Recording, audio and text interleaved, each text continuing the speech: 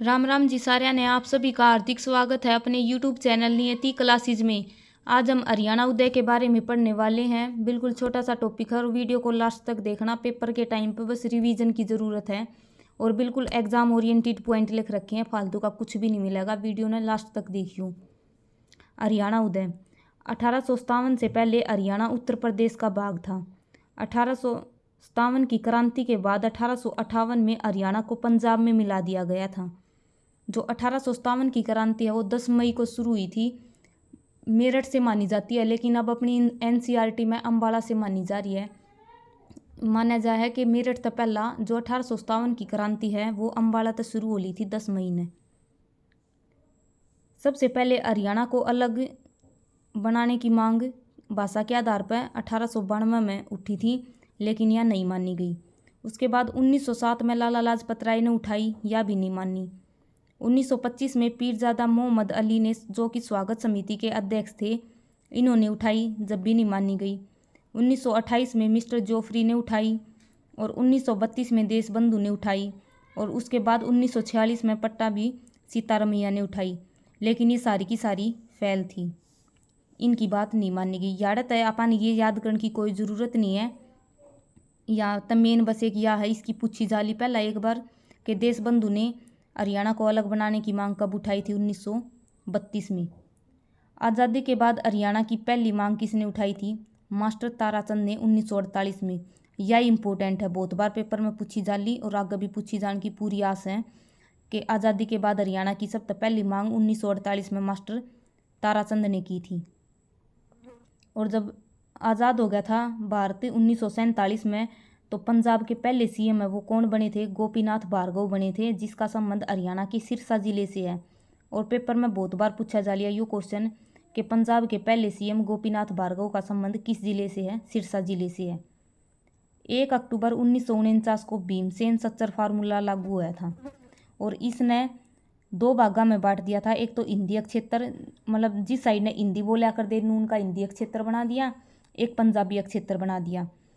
और जो हिंदी क्षेत्र है उस समिति के अध्यक्ष कौन बने थे? बलवंत तायल। बहुत बार पेपर में पूछा जा रहा है हिंदी क्षेत्र की समिति के अध्यक्ष कौन थे? बलवंत तायल। 1953 में राज्य पुनर्गठन आयोग का निर्माण कराया गया। इसमें 3 सदस्य थे, हृदयनाथ कुंजरू, KM पाणिकर, फजल अली। 3 सदस्य हैं, तीनों के नाम पूछे जा सके हैं, तो याद रखियो। यादकरण की ट्रिक बताऊँ आसान सी। हृदय जल गया, फिर पानी गिर दिया। हृदयनाथ कुंजरू, KM पाणिकर, फजल अली। 1955 में फजल अली आयोग रोहतक आया और 1956 में इसने अपनी रिपोर्ट प्रस्तुत की। रिपोर्ट के आधार पर 14 राज्य और 6 केंद्र शासित प्रदेश बने। मतलब यह पेपर में पूछी जाया करे कि जो फजल अली है उसने अपनी रिपोर्ट कब पेश की थी? 1956 में प्रस्तुत करी थी। और इस रिपोर्ट के आधार पर 14 राज्य और 6 केंद्र शासित प्रदेश बने थे। और जो सबसे पहला राज्य बना था भाषा के आधार पर वो कौन सा था? आंध्र प्रदेश था, 1953 में बना था। और बहुत बार पेपर में पूछा जा रहा है, यूँ सेंटर के पेपर में पूछा जाया करे कि भाषा के आधार पर बनने वाला पहला राज्य कौन सा था? आंध्र प्रदेश। 1956 में पंजाब का सीएम सरदार कैरो सिंह बना और उसने जो सच्चर फार्मूला था वो समाप्त कर दिया। सच्चर फार्मूला कब लागू हुआ था? 1 अक्टूबर 1949 को उसने समाप्त कर दिया। 23 सितंबर 1965 को सरदार हुकम सिंह आयोग का गठन कराया गया और उसके रिपोर्ट के आधार पर एक आयोग बनाया गया, सीमा आयोग, और उसने जैसी सा समिति भी कहा करें। उसकी स्थापना हुई थी 23 अप्रैल 1966 को। बहुत इम्पोर्टेंट है, ये पूछा जाया करे कि सीमा आयोग ने अपनी रिपोर्ट कब प्रस्तुत की? स्थापना तो हुई थी, यानी कि बनी थी 23 अप्रैल 1966 को, लेकिन रिपोर्ट कब पेश करी थी? 31 मई को। वीडियो अच्छी लगे तो वीडियो को लाइक, शेयर और चैनल को सब्सक्राइब जरूर करें। 31 मई 1966 को सीमा आयोग ने अपनी रिपोर्ट पेश की। याद पूरी एग्जैक्ट डेट याद रखनी है, बहुत बार पूछी जा रही है। 31 मई 1966। 1966 को पंजाब पुनर्गठन अधिनियम लोकसभा में पारित हुआ था।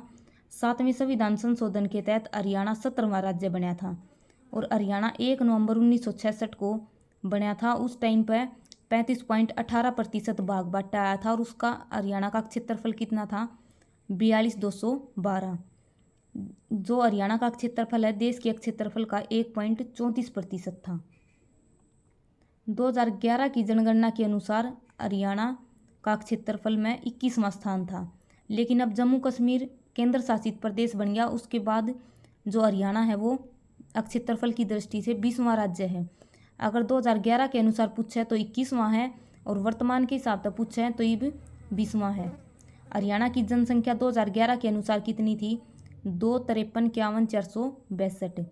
जनसंख्या के अनुसार हरियाणा देश में 18वां स्थान है, यानी कि जनसंख्या की दृष्टि से हरियाणा का देश में 18वां स्थान है।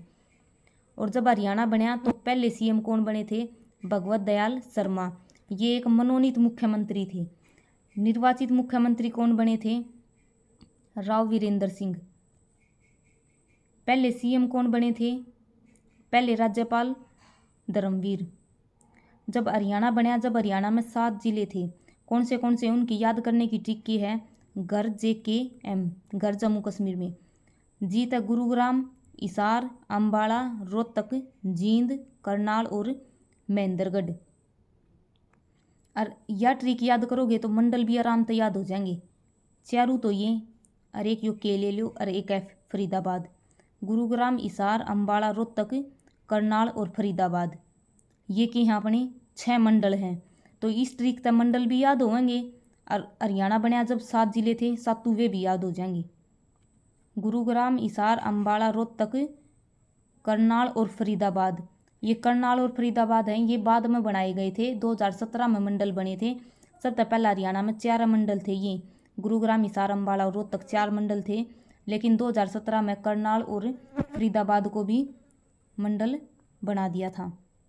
और जब हरियाणा बना उस टाइम पर जब ये 7 जिले थे, इनमें सबसे बड़ा जिला कौन सा था हिसार था। और वर्तमान में सबसे बड़ा कौन सा है सिरसा है। और सबसे छोटा कौन सा था जींद था। 22 दिसंबर 1972 को हरियाणा के 2 जिले बने थे भिवानी और सोनीपत। 1973 में कुरुक्षेत्र बना, 75 में सिरसा, 79 में फरीदाबाद और 1989 में 4 जिले बने थे रेवाड़ी, यमुनानगर, कैथल और पानीपत। और इन चारों ने याद करने की ट्रिक है कृपया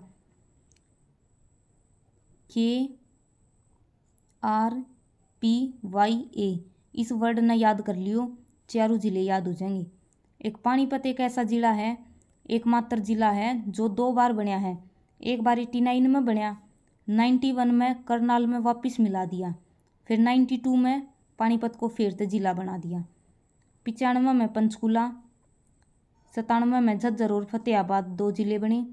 2005 में मेवात बना और 2008 में पलवल।